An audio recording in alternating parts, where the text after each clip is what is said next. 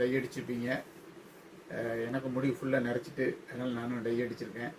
Tie அடிக்கும்போது இந்த collar வச்ச பனியனை போட்டு போய் டை அடிச்சுட்டு வந்துட்டேன். இப்போ கலத்தும் போது இந்த டை எல்லாமே வந்து இந்த கார்னரில் படும். அதுக்கு நான் வந்து ஒரு புது விதமான ஒரு டெக்னிக்கு சொல்கிறேன். யாரும் சிரிக்காதீங்க, கொஞ்சம் அறிவுபூர்வமாக யோசித்து பாருங்கள்.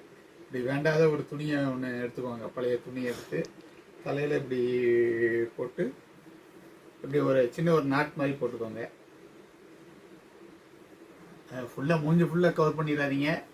சும்மா அந்த இப்படி நாடிக்கு மட்டும் வச்சு ஒரு நாட் மாதிரி போட்டுக்கோங்க. போட்டுட்டு இப்படி பனியனை வந்து அப்படியே மேல் வழியாக கலத்தி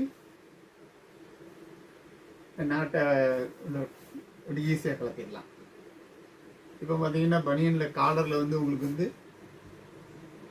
எந்த விதமான டையும் வந்து ஒட்டாது. இந்த மாதிரி சின்ன சின்ன டெக்னிக்ஸ்க்கெலாம் தெரிஞ்சுக்கணுன்னா நம்ம சேனலை சப்ஸ்கிரைப் பண்ணுங்கள், லைக் பண்ணுங்கள், ஷேர் பண்ணுங்கள்.